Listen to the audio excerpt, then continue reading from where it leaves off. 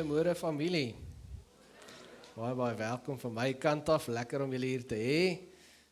Ons ouers in die Parents Lounge, lekker om julle hier te hê. En ek wil sê die mense wat aanlyn ingeskakel is, maar hulle is nie. Want ons het vanoggend 'n issue met ons, met Woema het 'n issue met hulle lyn. Ons het hulle gebel, hulle het sê die lyn is af. So vir die van julle wat mense het wat dalk by die huis sit en hulle sê vanoggend gaan ek nie kom nie. Omdat die bokke so sleg gespeel het, maar ek gaan kyk aanlyn.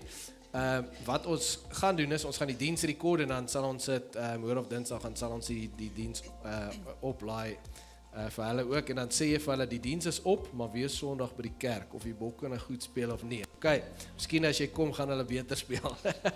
Gaan ons allemaal saam bid vir hulle. Nee, baie welkom, en as jy hier is vir die eerste keer, vir al julle wat saam met Chantal en John, en vir klein David hier is, baie welkom, is lekker om julle hier te hê.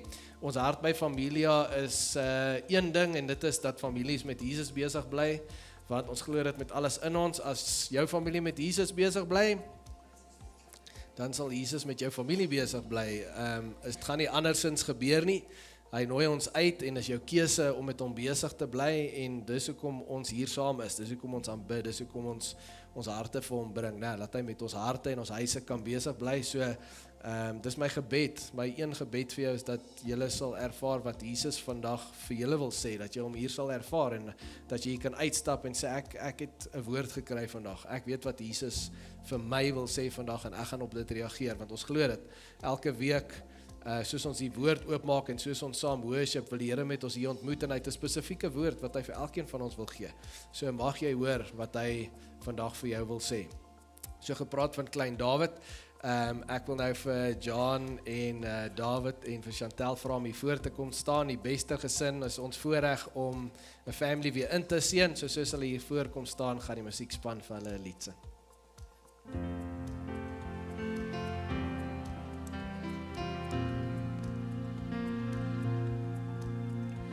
Sprei maar jou vlerke en vlieg na jou drome.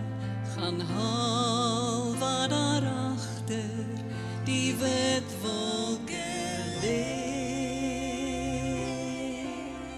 Soms sal dit reën en soms sal die son skyn, maar deur al jou reise is jy nooit alleen.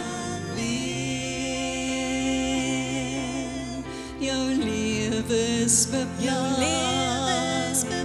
uit God se hand. Hy weet wat die toekoms vir jou inhou. Jou lewe is beplan uit God se hand.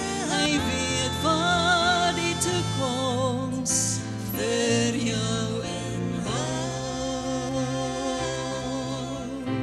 Hy weet wat goed is. Hy weet die beste.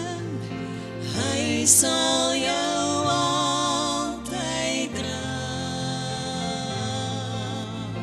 Hy weet wat goed is. En hy weet die beste. Heer, sal hy my kykie bewaar.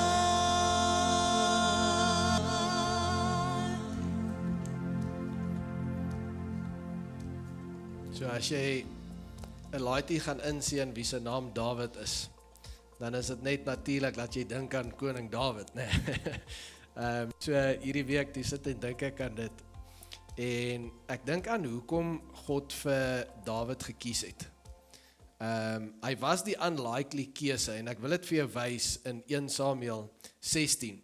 So God stuur vir Samuel na David se huis toe. Hy sê nie vir hom is David nie, hy stuur hom na David se huis toe. En toe hulle inkom, het Samuel vir Eliab gesien, so dis een van David se boeties, en hy was hierdie al rugby kaptein van die boeties, okay, dit is nie die ouer boetie, die groot boetie wat almal kan slaan, en hy sien hom, en hy het gedink by homself, die gesalfde van die Here staan hier voor die Here. Hier is hy, dis die ou, hierdie is die dude. En onthou, Dawid se pa het hom nie eens genooi nie, né? Hy het die ander broers gebring, Dawid het in die veld gebly, het hom nie eens genooi as 'n keuse. Dis een van die keuses nie. En maar toe sê God vir Samuel, moenie na sy voorkoms of sy buitengewone lente kyk nie, want ek het hom nie gekies nie. Die Here kyk nie na dieselfde dinge as die mens nie, die Here kyk, die mens kyk na die uiterlike, maar God kyk na die hart, né? So as jy vra, hoekom het God vir Dawid gekies, hoekom het hy hom so anoint en sulke amazing dinge in sy lewe gedoen, was as gevolg van sy hart.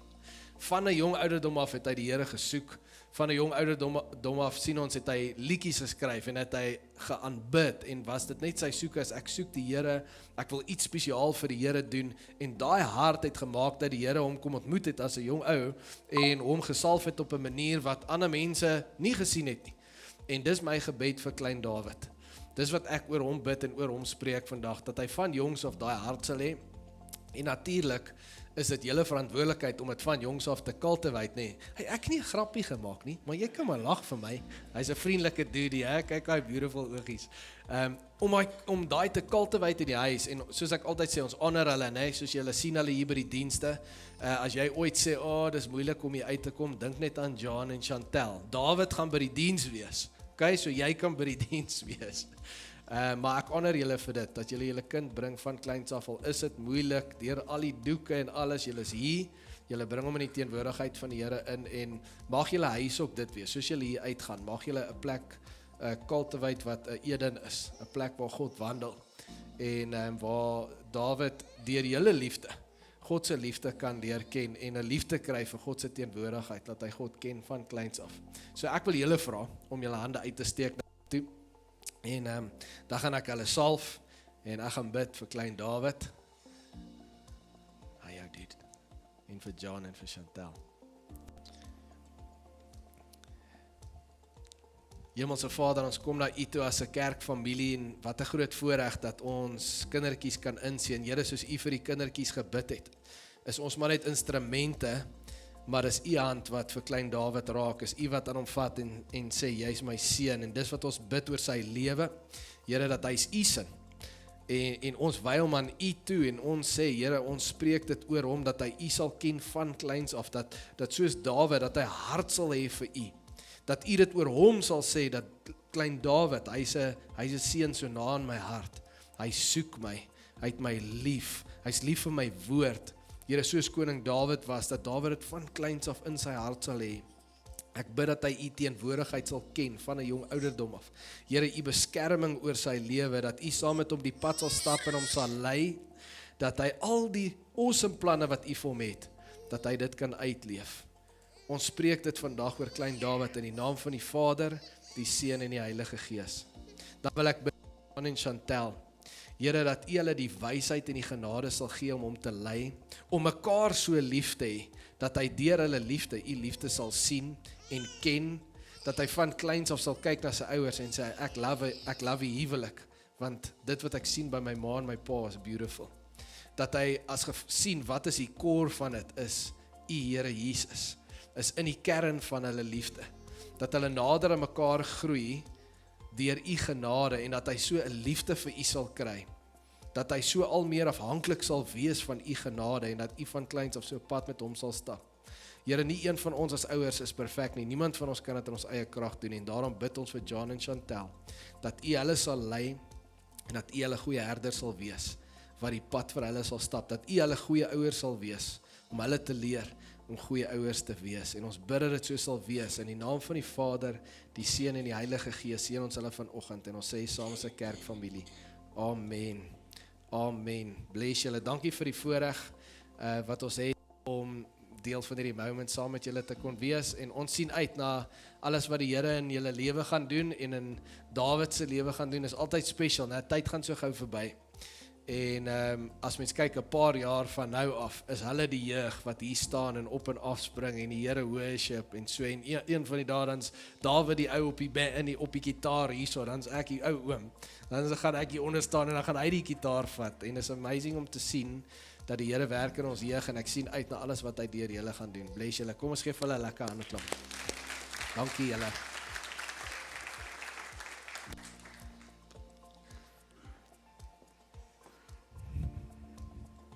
Ons moet ons volgende generasie 'n prioriteit maak, né? Ons het dit gesê, Vrydag aand was hier weer klomp jong mense by ons jeug, weer 'n hele paar nuus. En dis so awesome om te sien hoe die Here werk onder hulle. En baie van hulle kom hier aan en glad nie gewoond aan kerk nie. Kom net hier want maatjies is hier. Maar om te sien as ons worship en om te sien as ons woord deel, hoe hulle daar sit, om te sien in die einde as ons bid, dat hulle hande opsteek en hulle wil keuses maak om die Here in hulle lewe te hê. Dis awesome om te sien. So die Here is besig, mag ons as ouers en volwassenes altyd besef, deel van ons calling is nie net om kerk toe te kom en te sê, wat kan ek kry nie, maar om te sê, hoe kan ons hier saamwerk om 'n nuwe generasie op te rig wat van kleins af die Here ken en kan dien en 'n verskil kan maak by die skole, oral waar hulle gaan, want dit is regtig nodig in ons tyd. Amen. Ek vat ons in ons offergawe moment in familie en weer eens, ek gaan vandag heel wat oor Dawid praat. Psalm 63 vers 2. Beautiful gebed wat Dawid bid. Hy sê hierdie woorde, o God, U is my God, U soek ek, na U dors my siel, maar ook my liggaam, smag my liggaam in 'n dor en dorstige land sonder water. As mens dit net so in die Bybel lees, dan kan dit klink soos, okay, hierdie ou het 'n moment hier en hy bid en is mooi, gaan aan. Maar as jy mooi stil staan en jy dink oor wat dit is wat hy hier sê, jy weet die wêreld sê vir ons, dit wat jy in jou voel, jy het leemtes, almal van ons het leemtes. Ons het verlange hier binne in ons, en selfs in jou liggaam, soek jy na goed. Die wêreld sê vir jou, jy het meer plesier nodig, jy het meer verhoudings nodig, jy het meer seks nodig, jy het meer geld nodig, jy het meer roem nodig, en as jy dit net kan kry, dan gaan jy jou release kry, jy gaan gelukkig wees, jy gaan daai vrede waarna jy soek, jy gaan dit kry, as jy net meer van hierdie goed kry in die wêreld. Dawid het besef, dit is nie so nie. Hy het besef dat hierdie longing in my, hierdie begeertes en hierdie dranges wat in my is, in die diepste van dit, is dit te soeke na God self. En hy kom gereeld na die Here toe, dan bid hy gebede soos hierdie, waar hy sê, o God, U is my God. U is die een wat hierdie leemtes binne my moet vul. Niks anders kan dit vul nie. En ek gaan nie gaan soek vir ander goed nie. Hierdie is 'n dorstige wêreld wat soek na U, hulle besef dit net nie, maar my siel soek na U, my liggaam soek na U. As ek net meer van U kan kry, dan sal dit genoeg wees. En vanoggend soos ons hier by mekaar kom en ons aanbid en ons skep 'n spasie waar, ek meen jy vat 'n uur en 'n half, gee jy van jou tyd hier. Hoekom? Hoekom doen jy dit? Hoekom het ons 'n moment waar ons 'n offergawe gee, waar ons tiendes gee, waar ek 'n deel van myself gee? Hoekom doen ons dit? Want ons sê vir die Here, ek create spasie, ek maak 'n keuse om te sê, ek het U nodig bo enige iets anders. En ons moet die hele tyd daai evaluasie doen en daai check doen, want so gou kan ons val in die wêreld in, waar ons goeie dinge najag, maar jy dink as jy daai dinge kry, dan gaan jy vol wees. En tog bly jy jaag en jaag en jaag, soos 'n kasie voor 'n rot, en jy's net nooit vol nie. En mag ons besef, mag ons hierdie ons gebed maak vanoggend, miskien moet jy hierdie jou gebed maak vanoggend, o God, U is my God, U is die een waarna ek regtig verlang, in my siel, in my liggaam, in die diepste van dieptes van my hart het ek U nodig, en ontmoet my hier vanoggend asseblief. Kom ons bid dit saam. Here, ek wil eenvoudig vanoggend hierdie gebed van Dawid ons gebed maak. Here Jesus, U is ons God, en ons dors na U. In ons binneste soek ons na meer van U. In ons begeertes en ons drange, selfs tot in die fisiese, soek ons na U. Help ons om dit te besef, Here. En vandag soos ons hier is, kom ontmoet ons daar, en kom vul ons leemte soos net U kan. Daar's niks in hierdie wêreld wat my die vrede en die vreugde kan gee, en die vervulling kan gee, die die purpose kan gee, die identiteit kan gee, wat U kan nie, niks anders nie, net U. En so ons lê ons jaag vir alles anders neer, soos U sê in Matteus 6:33, soek my eerste. Ek sal jou help met al die ander goed, maar soek my eerste, ons soek U vanoggend eerste, Here. Ons sê, kom maak ons vol, kom ontmoet ons hier. En dis my gebed dat elke persoon, dat U hulle ontmoet soos hulle nodig het vanoggend. Ons bid dit in Jesus naam en ons sê saam. Amen. Amen. Dankie familie vir julle bydraes. Die met wie gereël is, julle kan maar so lank opneem. Ons SnapScan kode is ook op die skerm as jy so wil gee. Dankie.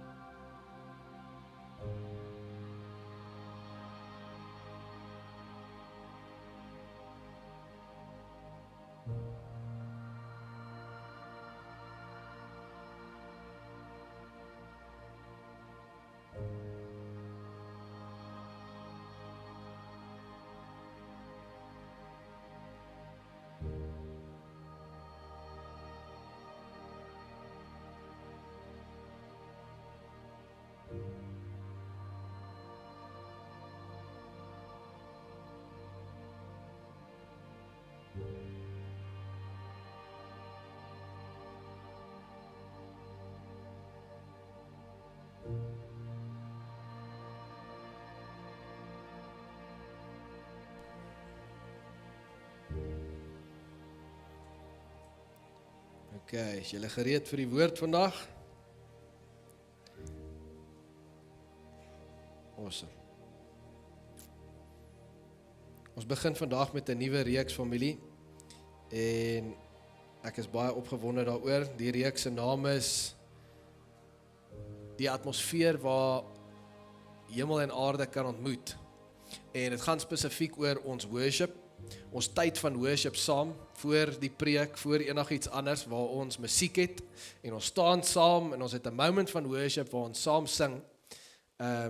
Ek wil praat bietjie oor my visie vir dit, en dit nie dat dit oor my gaan nie, dit gaan nie oor my vision, spesifieke, unieke visie vir ons kerk nie. Dit gaan oor God se wil, en my visie is uit dit uitgebore is, hoe wil God hê ons moet aanbid? Hoe moet ons intentioneel 'n atmosfeer skep, dat hemel aarde toe kom, dat God hier wil wees, en dat ek 'n ervaring van die Here het, en dat ons aanbidding iets is wat die Here verheerlik, iets wat hy wil hê, en iets waarvan hy wil deel wees. Ek begin vandag met Familia se eie noot vir noot, en ek het 3 liedjies hier, wat ek vir jou wil speel, en ek wil gou kyk, hoeveel liedjies ken julle. So ek het 'n liedjie uit die 70s, uit die 80s en die 90s. So wie van julle is goed, het Lirieke Raai gekyk, op jou tyd, of noot vir noot? Van die jonges, weet nie eens waarvan ek praat nie, maar anyway, hierdie liedjie moes jy al iewers gehoor het, so kom, ek gaan net die intro speel, en dan kyk julle wie weet hom, okay? Kom ons gaan met die eerste een.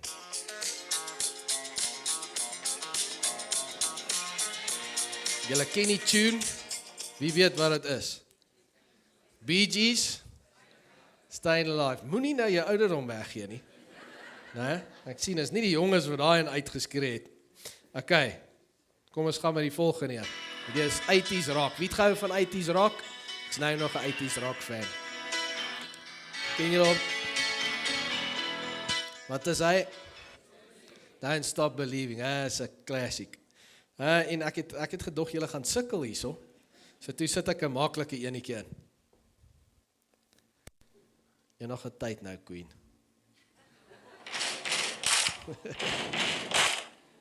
So Queen se gitarist het actually gesê, kom ons, musiek raak al meer ingewikkeld, kom ons doen iets maklik wat die crowd kan engage.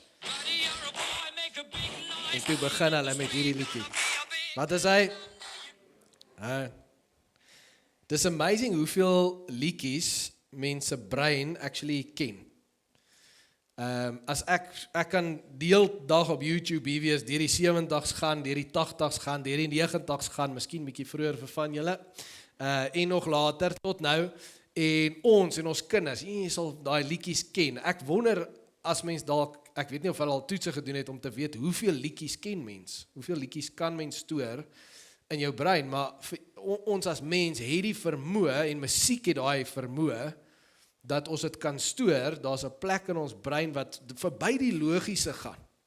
Dat musiek het net daai vermoë om met ons hart te praat op 'n baie spesiale manier. Goed wat ek nie net kan sê met woorde nie, en net met praat nie, het musiek die vermoë om met my hart te praat en met my emosies te praat en met die woorde in die musiek dit vas te vang op 'n manier. Ek meen as jy dink aan jou favorite flieks, dis die musiek wat dit maak. Jy besef dit dalk nie, maar wie onthou Titanic?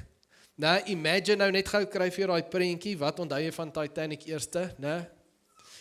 Hierso is Jack agter Rose en al wat jy hoor is dat jy hoor net die wind. Dit sal nooit dieselfde wees nie. Daar is die scene en hierso begin My Heart Will Go On.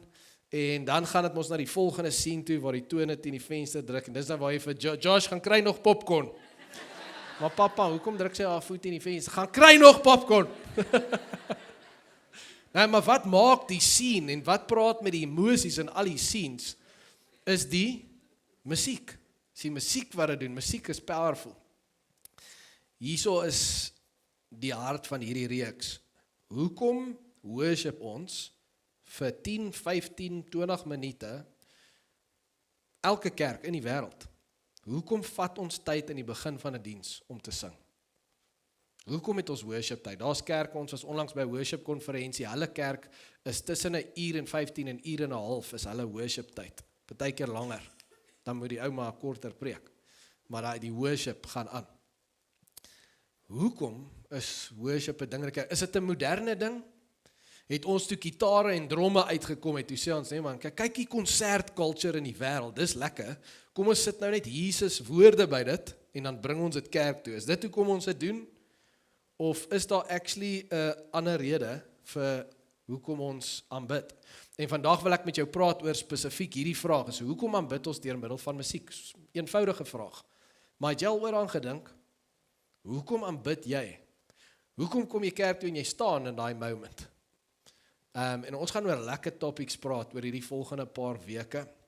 Letsels wat ons het uit ons vorige generasie, wat maak dat ons nie kan engage in worship, soos God wil hê ons moet nie. Ons gaan volgende week praat oor die 7 Hebreëse woorde, en daar's actually meer, maar ons gaan 7 vat oor die Hebreëse woorde in die Ou Testament, in die Bybel, wat wys hoe God wou gehad het sy mense moet worship, in terme van prakties, en ons gaan sien hoe ons worship nie heeltemal soos dit altyd lyk nie. En dit gaan jou dalk persoonlik baie challenge. En ons gaan kyk ook na hoe ons vorige generasie, ek volgende week gaan Fanny wees.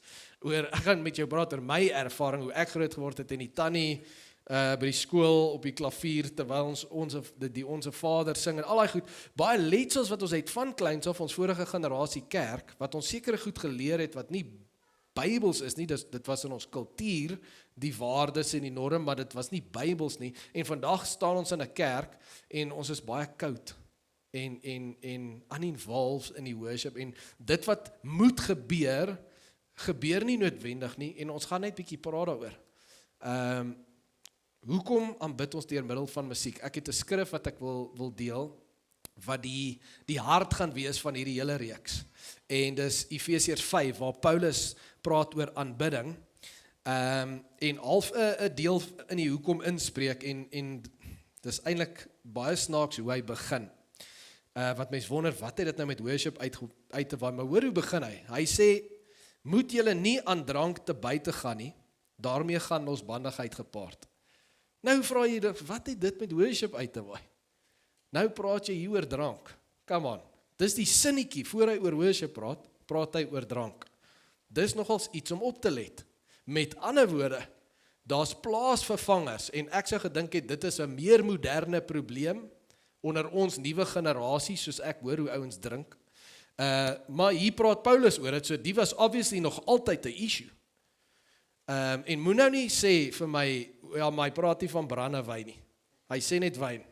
Nee, hulle het dit nog nie gehad, daar was die Jack Daniels toe nie. Hy praat van alkohol.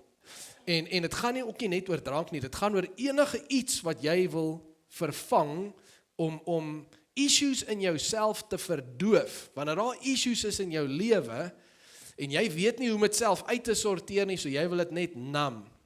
Baie mense hardloop na die drankbottel toe as gevolg van dit. Kyk wat sê hy, wat moet jy eerder doen?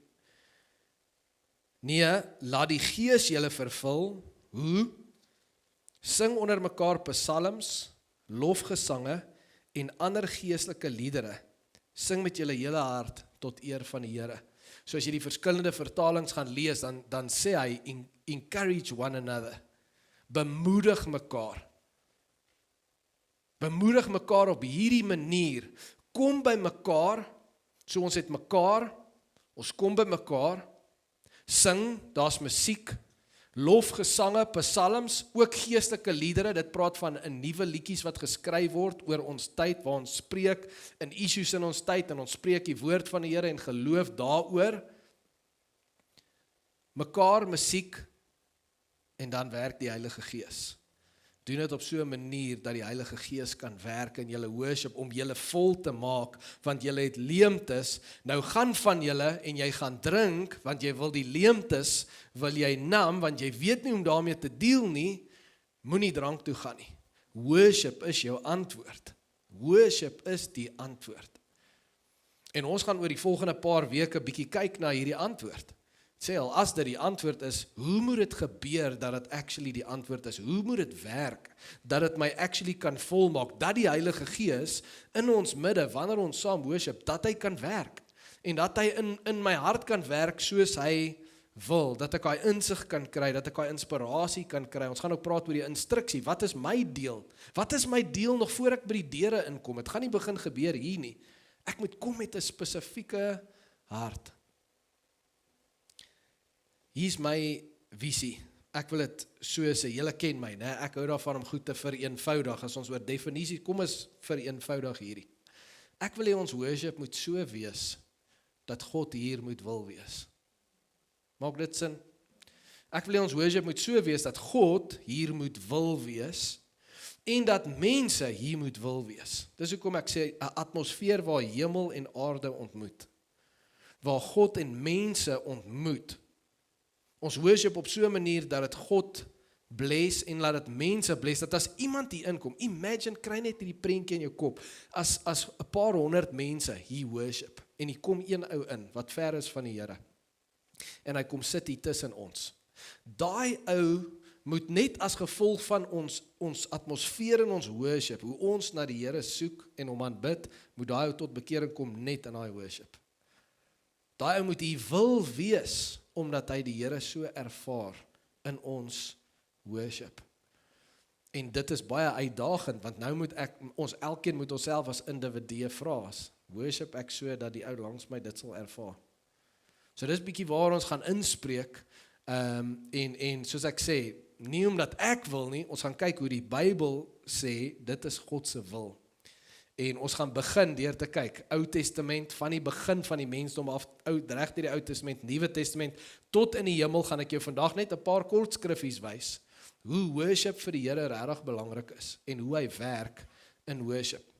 So kom ons begin, Genesis 4:21, dit sê, die naam van sy broer was Jibal, so dit praat van mense, van die eerste mense wat geleef het, en dit sê, die naam van sy broer was Jibal, en hy was die stamvader van die wat op die lier en die fluit gespeel het. So, as ek vir jou vra, wie dink jy het die eerste liedjie geskryf? Of wanneer dink jy was die eerste liedjie geskryf? Dan wil ek net vir jou sê, dit was nie Elvis nie, hoor. Of die Bee Gees nie. Of wat er ook al vroeë band jy kan onthou nie. Musiek vind ons al in Genesis 4. Met ander woorde, dis so oud soos die mensdom self.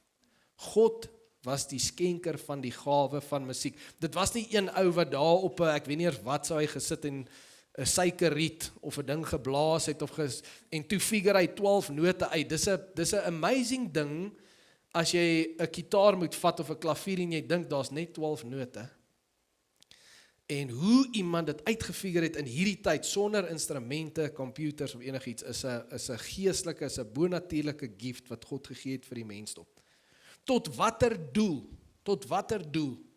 dat ons lekker moet braai, en na Robbie Wessels moet luister, vir sokkie, vir ons kinders se konserte, vir ons karre, net om ons bietjie minder aggressief te maak in die traffic. Al die goed is fyn, maar wat's die hoofdoel? Die hoofdoel is aanbidding. Dis die hoofdoel van musiek. Hoekom God dit skenk.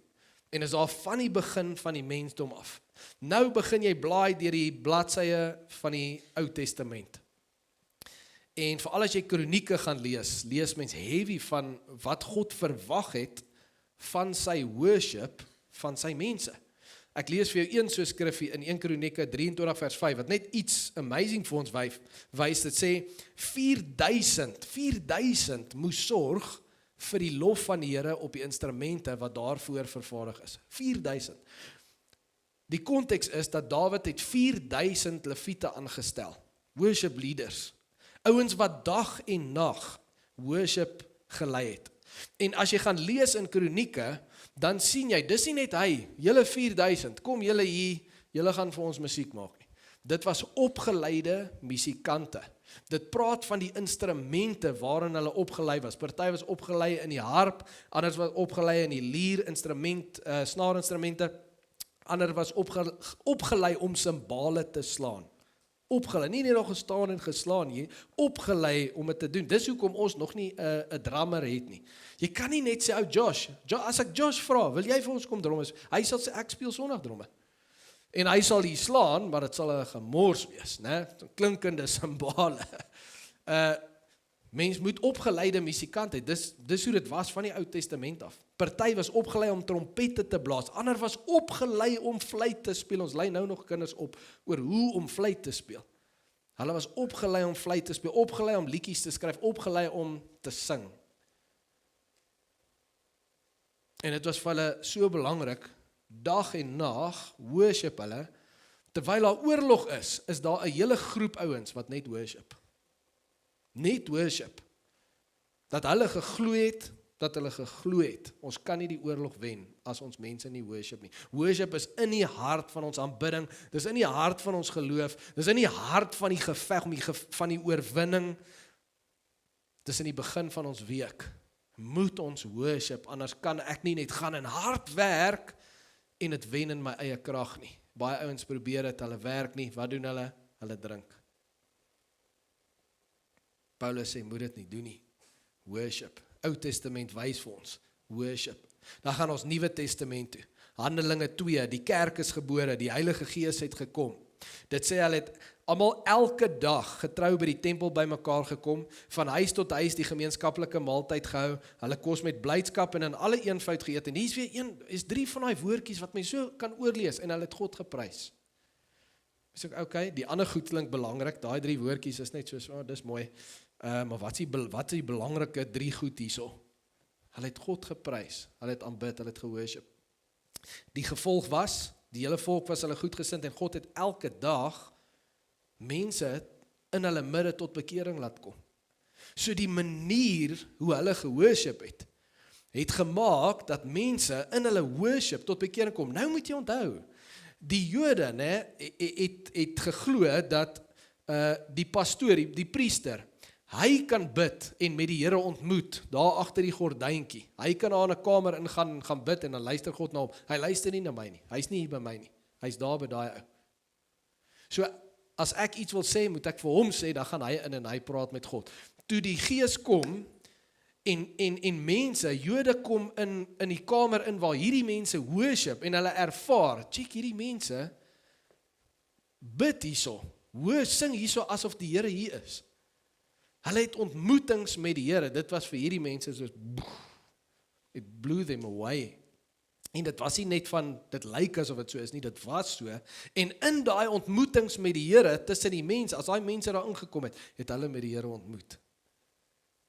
Hulle sien gewone mense worship asof God vir hulle luister en hulle besef, hy luister. En hy hoor hulle bid, hulle sien hoe hulle connect met die Here, begin daai mense ontmoet met die Here net daar, en hulle kom tot bekering, en die Here voeg mense by hulle. Nou kan jy sê, maar daar's 3 woordjies, hoe kan jy daai konteks aan dit heg? Hoe weet jy dus hoe dit gebeur het?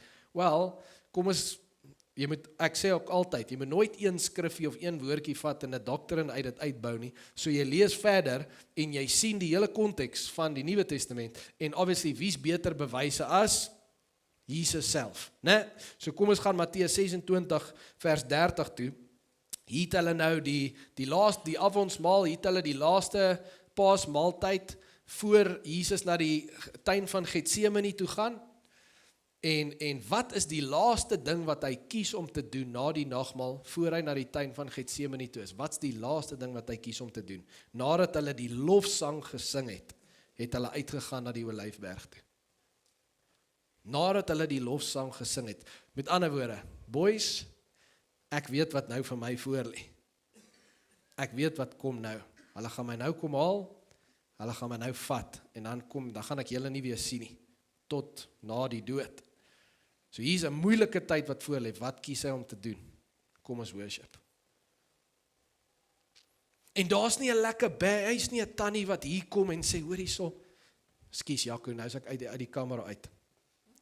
En sy speel bietjie hier op die klavier, en 'n ou wat op die gitaar, daar's nie 'n moment nie, daar's nie soos dit hier nie. Hier sit net Jesus wat die worship leader is. En hy sê, kom ons aanbid net die Here, kom ons sing net. En hulle sing liedjies, wat hulle sou geleer het, wat hy sou geleer het van kleins af in die kerk. Ons sien vir Paulus en Silas is in die tronk, hulle worship. Hoe sou hulle weet wat om te worship? Sing hy net random goed, hy sou geworship het wat hy geleer het in die kerk. Hy het ook hier tot bekering gekom, saam met hierdie mense, deel van hulle geword. Worship is in die hart van geloof gewees. Ons gaan na Hebreërs 2 toe. Hebreërs 2 vers 12 sê vir ons hierdie woorde, dis 'n aanhaling van Psalm 22. Dit sê, ek sal u naam aan my broers verkondig, en in die gemeente sal ek u lof sing. Dit is 'n profesie oor Jesus wat sou kom in daai tyd. Wat sou hy doen? Hy sou 'n deelnemer wees in die worship in die gemeente. Dit is vir God super belangrik. Hy gee vir ons musiek en aanbiddingsleiers dat ons moet worship. Het was nie net so in die Ou Testament nie, het was nie net so in die Nuwe Testament nie, dit is nie net so nou nie, dit gaan so wees tot in alle ewigheid. Nou gaan ons Openbaring toe, en ons kyk, wat sê die Bybel, wat gaan gebeur in die hemel? Jesus gee vir Johannes 'n vision. Hy sê vir hom, ek het toe iets gehoor, skryf Johannes vir ons, dit wat Jesus my wys, is, ek hoor iets soos 'n geluid van 'n groot menigte, met ander woorde baie mense, soos die gedruis van 'n groot watermassa, en soos die gedreun van swaar donderweer. Klink dit vir julle of musiek sag gaan wees in die hemel? Ek sê dit net uit daar. Hulle het uitgeroep, prys die Here ons God die Almagtige. Heers nou as koning, laat ons bly wees en juig. Lyk dit vir julle of musiek gaan ernstig wees in die hemel? Klink dit vir julle so? En aan hom die eer gee, want die bruilof van die lam het aangebreek, en sy bruid het haar daarvoor gereed gemaak. Johannes gee vir ons 'n prentjie hiervan, in die hemel gaan ons worship. En dit gaan loud wees, en dit gaan festive wees. Ons gaan celebrate, want ons het oorwin. En alles wat ons geleer het van die Bybel, die goed wat ons geglo het, die goed wat moeilik was om te glo, alles wat gaan ons net sien hier voor ons oor, dit gebeur, Jesus het oorwin, ons is in die hemel, dit gaan net hierdie outbreak wees van al die mense, al die nasies, wat net saam met die engele worship. Kan jy imagine, dis soos daai liedjie wat sê, I can only imagine, hoe dit gaan wees. En ek glo nie, ons gaan 24 ure 'n dag net die hele tyd staan en sing nie. Deel van worship is nie net sing nie. Dis ook om goed saam met God te doen en goed saam met mekaar te doen. Daar gaan 'n nuwe hemel en 'n nuwe aarde wees, en ons gaan God se mense wees wat vir ons gaan werk en goed gaan doen. Maar worship gaan in die hart van dit wees. Het gaan in die hart van dit wees. En mens kan dit net hoor, hierdie amazing, loud, energetic, positiewe, beautiful worship. Wat nie altyd is wat ons is nie, né? Veral in ons kultuur, let's be honest. En baie van ons sal dalk sê, ja, maar dis net wie ek is, Jock. Ek is nie so ou wat, En ons gaan volgende bietjie praat, my tema volgende week gaan wees letsels. En ons gaan bietjie chat oor die letsels, ons gaan baie lag, miskien huil, oor die letsels wat ons het. Wat ons ouers en ons oumas en oupas en ons vorige generasie kerk in ons veroorsaak het. En baie van ons worship nou is 'n reaksie op ons letsels, nie 'n reaksie op Jesus nie. 'n Reaksie op letsels. En dit maak dat ons nie kan worship soos die Here wil hê ons moet nie. Dit maak sodat ons nie kan worship soos ons wil hê eintlik nie. In die diepste van die diepte van ons harte. Dit maak dat ons nie kan ervaar in worship wat die Here wil hê ons moet ervaar nie. Dit maak dat die Here nie kan ervaar wat hy wil ervaar nie. En ek wil gou hierdie twee goedjies aanspreek. As ons vra vir mekaar, né, hoekom worship ons deur middel van musiek? So ek wil gou met jou praat oor die hart hoekom. Ek het nou vir jou die woord hoekom gewys. Dis God het dit so gemaak, dis wat ons moet doen, maar is nooit net 'n ding van doen dit want jy moet dit doen. Kom staan en sing nie. Wat is die hart hoekom? En weer eens, ek wil dit simplify. Wat moet die atmosfeer wees? Die atmosfeer moet intentioneel so wees dat God hier wil wees, dat dit 'n interaksie is wat goed is vir God se hart en goed is vir my hart. Né? Goed is vir God se hart en goed is vir mense se harte. So dink gou oor dit. Hoekom sal dit goed wees vir God se hart as ons worship? En hoe moet ek hier inkom op 'n Sondagoggend en worship, dat dit actually goed is vir sy hart? Soveel so dat hy love hom, hy kan nie wag vir Sondagoggend nie, want die manier hoe ek worship, bless hom. Hoe sal dit wees? Hoe moet ek hier inkom? My gesindheid, sal jy met my saamstem, moet een wees van, ek wil hom eer uit dankbaarheid. Stem jy met my saam? Ek meen, ons sê so maklik die woord God. Weet jy dat die Jode, hulle het nie eers sy naam gesê nie, want hulle het so 'n reverence gehad vir die Here. Ons praat van God, die hele dag noem ons die Here se naam, asof dis so, is my buddy. Praat van hom soos ek praat van Piet en Jan en Koos en Joseph en almal anders, God. Besef jy van wie jy praat? Besef jy wie jy is? Besef jy dat jy vanoggend asem het? Jy kan asemhaal as gevolg van hom. Nie jy nie. Dis nie ek en jy wat die groot seun is, ek wil opstaan so ek staan op nie. Jy kan opstaan want die Here sê jy kan opstaan. Jy kan opstaan want die Here het asem in jou ingeblaas. Alles wat jy kan doen in jou lewe is net as gevolg van die Here wat dit wil vir jou. Dis alles sy grace. En dat ek met daai gesindheid inkom, hoor mooi wat ek sê, nie wag tot 'n liedjie my emosioneel stir, nou is ek reg om te worship, nee, dan worship jy nie, dan worship jy nie die Here nie, dan worship jy jou emosie. As jy wil wag, laat hier van bo af moet ons jou kielie, dat dit eers vir jou lekker is, dan gaan dit oor jou. Dan's jy die gehoor, en kan ek jou net gou, ek het ons volunteers nou net weer herinner, weet jy wie is die gehoor hier? Die Here is die gehoor, jy is deel van die band, ek weet nie of jy dit geweet het nie, maar jy moet sing hoor, want jy is deel van die band, jy is deel van die koor hier so. Ons is die band, we've got an audience of one, jy is nie die gehoor nie, ons kies nie liedjies vir jou nie. Jy kan ook vir my kom sê, daai eerste een was 'n bietjie vinnig en loud, en dit was Engels by the way, jy kan vir my dalk like nie, dit gaan nie oor jou nie hoor, jy kom worship vir die Here.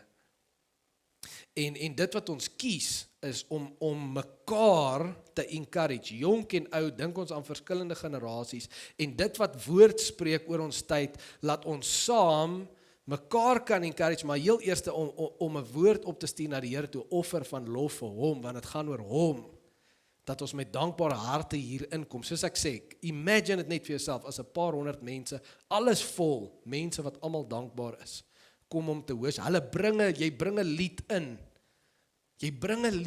ek hoor van kerke in Suid-Korea, plekke waar dit onwettig is om kerk te hou, dan gaan van die worship leaders van Amerika en so, dan gaan hulle soontoe, dan gaan hulle onder in basements, waar dit vrot en stink, dan ry daai mense 3 ure met treine om daar uit te kom, jy gaan in die basement, daar's nie ligte, niks nie, hulle kan nie loud wees nie, dan kom hierdie ou, en hy dink, hulle gaan well wees, want hy is daar, hulle weet nie eens wie dit is nie, hulle kan nie kyk, wie is hierdie dude nie, dan begin hulle net te sing, net hulle eie koortjies, net hulle eie goed, maar hy sê, maar hy kan nie anders as om net op sy knie te val, en amper begin by vergifnis, want jy sou dink, ja, hierdie ouens in hierdie basement, hulle moet soos ons kerk hou, of moet ons dalk soos hulle kerk hou? Het ons dalk die hart verloor, het dit te veel oor ons begin gaan, en te min oor, ons kom eerste hier, dat het goed is vir God se hart, dat ek kom om hom te bless, en om te eer vir wie hy is. Hy is God, en hy is my God. In Lukas 17 lees ons van 10 ouens wat Jesus genees het. Ek dink dit spreek vir my hierin. En het sê, en net een van hulle het, toe hy gesien dat hy genees is, het hy omgedraai. En hy het God hardop geprys. He expressed his gratitude. Hy het voor die voete van Jesus neergeval en hom gedank. Hierdie man was 'n Samaritaan. So hy's van 'n ander nasie, met ander woorde, hy ken nie eens godsdienst nie. Ken nie van worship soos hulle dit ken nie. Maar hy is die een wat net besef, God het my genees. Ek kan lewe as gevolg van hom. En hy val neer en hy worship. En toe sê Jesus, was daar nie 10 wat gesond gemaak is nie? Hierdie vraag bly my altyd by. Was daar nie 10 wat gesond gemaak is nie? Waar is die ander 9 dan? Waar is die ander 9 dan? Dis 'n powerful vraag. Dis 'n vraag vir ons tyd. Waar is die ander 90% dan? Is God nie goed vir almal nie? Het almal nie lewe vandag nie? Great, ons het nie so goed gespeel met die rugby nie. As Jesus môre terugkom en jy sê vir hom, "Jesus, maar Here, die bokke, hoekom het die bokke nie so goed gespeel?" Gaan hy dalk vir jou sê, "Wie is die bokke?" Ek nie gewaarig oor rugby nie, hoor. Dis 'n bietjie belangriker goed as dit. En jy drink oor dat ons nie goed rugby speel nie en jou gesin is op pad hel toe. Waar is die ander 9 dan? Is daar niemand anders wat omgedraai het om God te eer, om God die eer te gee, behalwe hierdie man, wat nie eers 'n Jood is. Hy ken nie eers van prakties, hy het nie in die kerk groot geword, hy ken nie van worship nie, maar hy worship. En vir hom sê hy, staan op, en gaan huis toe, jou geloof het jou gered. Met ander woorde, jy kry iets wat die ander nie gekry het nie. Almal is fisies genees, maar hulle is nie gered nie.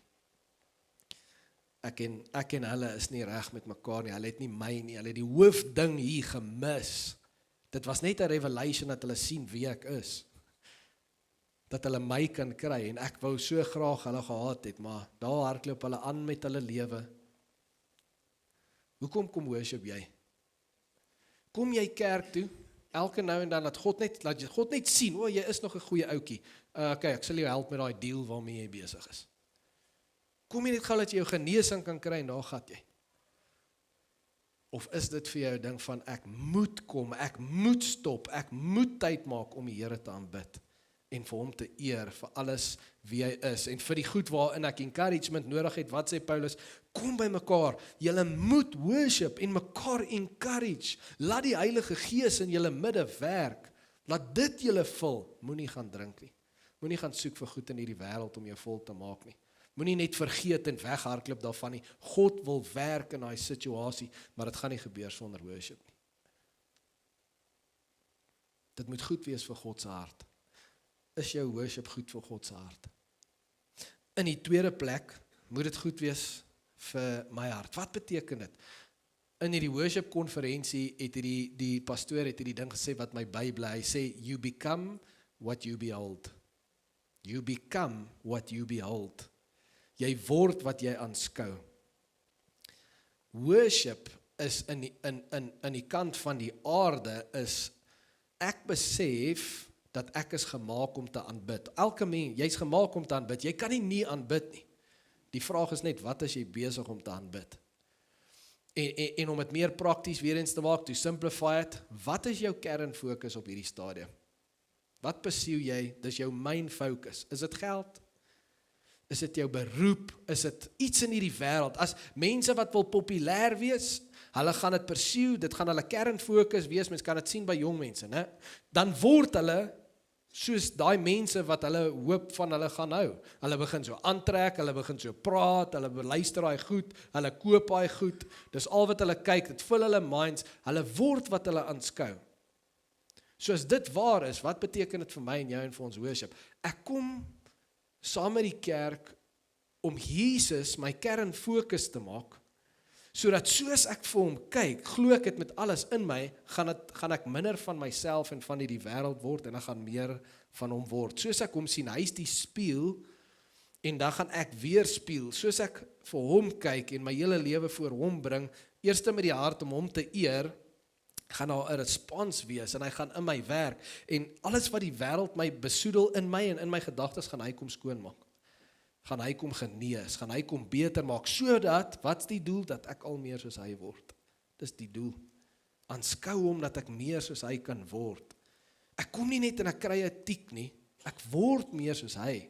As dit nie gebeur nie, baie mense staan in 'n kerk en sing, en hulle slaap en dink aan lunch, dankie Here, dit is die laaste liedjie, kom ons sit, en niks het gebeur nie, niks het gebeur, die Here het niks vir die Here beteken nie, dit het niks vir hulle beteken nie. Kom ons wees eerlik, ons staan baie keer so hier, baie keer hou ons stilte tyd so, né? Almal van ons, hy dit, ek en dit, en dan moet jy sê, hy, die mens in my, die vlees in my, ek moet dit teenstaan, ek kan nie net gaan met dit nie, ek moet dit teenstaan, ek moet fokus op Jesus, en ek moet doen wat ek moet doen, dat ek my gesindheid en my gedagtes kan regkry, dat ek so op hom kan fokus, dat ek hom kan hoor, dat hy met my kan werk, dat ek soos hy kan word, anders mors ek my tyd. Ek kan deur hierdie hele Bybel lees en niks kan met my gebeur nie. Dit is wat met die Fariseërs gebeur het. Jesus het vir hulle gesê, julle ken die hele Bybel, julle gaan hel toe. So kan ek vir jou sê, jy kan elke Sondag hier kom staan en hel toe gaan. Kan elke Sondag hier kom staan, dit beteken niks vir die Here nie, dit beteken niks vir jou nie. Jy moet dink oor jou worship.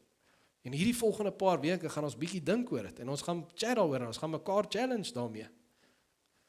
Paulus praat daarvan in 2 Korintiërs 3 vers 18, hy sê, ons almal weerspieël die heerlikheid van die Here, want die sluier is van ons gesig af weggeneem.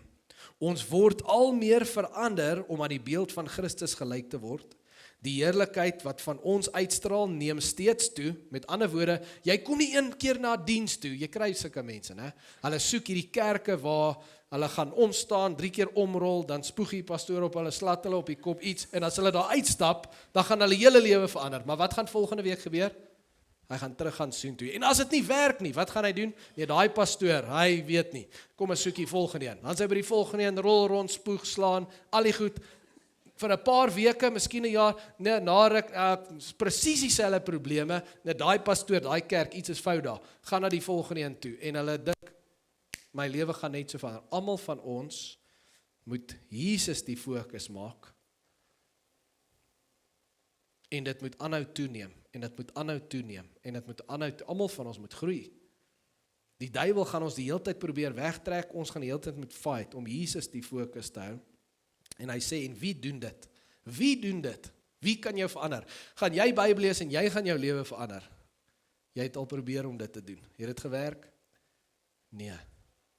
Net die Gees kan dit doen. Wat sê Paulus? Die Gees moet julle vul. Die Gees moet in jou hart werk. Die Gees moet die woord vat. Die Gees moet daai liedjie vat. En jy moet 'n moment hê en hy moet in jou hart werk. Fokus op Jesus en hy gaan met jou hart werk om vir jou te wys waar jy nie soos Jesus nie. En hy gaan jou help en hy gaan jou krag gee en hy gaan jou wysheid gee. En jy gaan volgende week weer moet teruggaan. Maar jy week daarna, soos jy tande borsel, gaan jy weer moet terugkom, laat hy jou borsel en met jou werk. Dit moet steeds toeneem. Moenie skuldig voel as jy hierdie week weer 'n woordjie sê en iets weer en jy lees weer Bybel en jy sukkel om te konsentreer. Ons almal gaan daardeur. Dit moet toeneem en toeneem en toeneem. Dis 'n pad totdat Jesus terugkom, stap ek 'n pad met die Heilige Gees en hy help my. Kom nie in een diens en nou is ek reg vir die volgende paar weke nie. Dis nie hoe dit werk nie. Dis hoekom die Here vir ons 7 dae gegee het. To sê, begin again. Begin again. Begin again. Ek wil afsluit. Psalm 27 vers 1, Dawid. Skryf hierdie beautiful woorde in 'n baie moeilike tyd van sy lewe, so is in 'n groot oorlog. Hulle lewens word bedreig, hy en sy manne, en hy skryf hierdie woorde, die Here is my lig en my redder. Vir wie sou ek bang wees? Die Here is my toevlug, vir wie sou ek vrees? Wat help dit? Jy skryf sulke woordjies in 'n moeilike tyd. Jy gaan al die tyd moet gaan fight. met hierdie ouens wat baie groter is as jy, baie meer was as hulle. Ouens sal ook sê, wat is jy besig met jou gediggies? Wat skryf jy 'n liedjie voor? Wat help dit ons sing? Maar God sê dit vir een of ander rede in die Bybel, dat ek en jy dit moet sien, om vir ons te openbaar, wanneer jy in 'n battle is, en jy weet nie wat om te doen, en hierdie ding is groter as jy, hierdie is Goliat wat voor jou staan. Is dit moontlik dat hy skryf hierdie liedjie om die atmosfeer van hopeloosheid te verander na geloof en hoop, omdat hy die fokus skuif, né? Wat moet ons fokus? Op Jesus. Omdat hy die fokus skuif van die vyand wat so groot is, en die battle na God. God wat met hulle is, en vir hulle is. Is dit moontlik dat sy ouens dit moes hoor, dat hy dit moes hoor, weer, en dat hulle dit moes sing, saam met mekaar, en dat as hulle dit doen, dan werk die Here op 'n spesiale manier. Mens sien dit oor en oor doen Dawid dit, en dit sy hart vir aanbidding, sy vertroue dat ons begin by aanbidding, en ons shift ons fokus in die battle na aanbidding toe, het sy culture van Israel, dit het hulle culture bepaal. Dit was 'n culture van worship as gevolg van Dawid se hart. En God het amazing goed gedoen onder hulle as gevolg van dit. En so sê ek vir jou, dit is my hartsgebed, dat ons 'n culture van worship sal hê in hierdie kerk. Dat ons sal besef, alle antwoorde begin by, ons kom na die Here toe, en ons worship, ons sing 'n psalm, ons sing 'n lofgesang, ons skryf 'n geestelike lied, ons bring dit voor die Here, ons kom saam met mekaar, en ons glo met alles in ons, die Heilige Gees is hier, en hy gaan werk, as ek met die regte mindset kom. En miskien om af te sluit, 'n persoonlike vraag. En dan gaan ek jou vra om te respond. Glo jy jou worship is soos dit? Glo jy as jy hier staan en aanbid, dat dit 'n glimlag op God se gesig sit, dat dit regtig sy hart bless, dat hy kan nie wag vir Sondag nie, want as jy worship, dis net jou, die gesindheid van jou hart waarmee kom, die dankbaarheid, die honor is, dit bless om. As jou dad, glo jy dit? As jou aanbidding soos dit? En meer as dit, wat Paulus sê, is jou hart die mekaar, soos is jou hart om te sê, hey, ek wil gaan worship, nie net vir myself nie, maar ek wil gaan worship, want daar's mense wat encouragement nodig het. Daar's mense wat hier tussen ons deur moeilike tye gaan. En ons besef dit nie altyd nie, en hulle kom sit hier met 'n glimlag, en hulle sing saam, maar in hulle hart is dit oorlog. En ek gaan vandag gaan worship. Ek gaan worship en die Here soek, en dit wat ons sing, gaan ek regtig verklaar met alles in my, soveel so dat ek glo die Heilige Gees gaan werk as ons so saam worship, om hierdie ou se hart te raak, en hierdie ou langs my se hart te gryp, en om vas te druk, laat hy die Here ervaar hier. Miskien moet daar iemand tot bekering kom hier vandag. Wat's meer belangrik as dit? Dat iemand hier tot bekering kom. Daar's niks belangriker, daar's niks groter sukses in die lewe, as mense wat onder ons tot bekering kom, terugkom na Jesus toe, wat sê, ek is ver van Jesus af, maar ek ervaar hom hier, en ek, Here Jesus, hier is my hart, ek kom weer terug. Daar's niks groter as dit nie. Sou jy sê jou worship dra by tot dit? Sou jy sê worship is vir jou, besef jy ooit dis wat gebeur terwyl jy worship? En dis okay om nee te sê, dis hoekom ons hierdie reeks doen. Dis okay as jy vandag vir my sê, nee op al daai. Ek wil jou gou vra om jou oë te sluit. Want hierdie is nie iets wat ek wil hê nie, hierdie is iets wat ons moet wil hê. So ek wil nie hê met vir niemand om jou, agter jou, voor jou kyk nie. Ek wil jou vra om jou oë te sluit, en ek wil jou net vra, as jy vir my sê, dit wat jy van praat, Jacques, dit krap my 'n bietjie om, of dit excite my, ek soek dit. Ek soek dit in my lewe. Ek wil so worship, ek wil deel, ek wil dit ervaar hier. Ek stem saam met jou, ek voel ons moet beweeg in hierdie rigting, ons moet worship die hardloop maak. Dan wil ek jou vra, om net vir my jou hand te wys, ek wil vir jou bid. Ek wil vir jou bid, dankie. Dankie, dankie, jy kan maar net opsteek en dan kan jy laat sak. Dankie, dankie, dankie, hande orals oor, dankie baie. Dankie, ek sien julle hande daarbo, dankie. Dankie, bid hierdie saam met my, Here Jesus. Ons wil U aanbid, sodat dit U hart raak. Sodat U glimlag. Sodat U vreugde vind in ons aanbidding. Here Jesus, U is ons kernfokus. Ons weet, U wil met mense ontmoet in ons aanbidding. Heilige Gees, U wil harte vul. Dis wat U woord sê. Ons wil gehoorsaam. So ons kom na U toe vandag. Ons maak daai keuse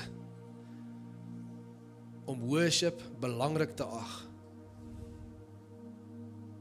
Om saam te kom worship. Op 'n manier dat dit U hart seën. En ook die mense hier om my. Here, ons wil op 'n reis gaan.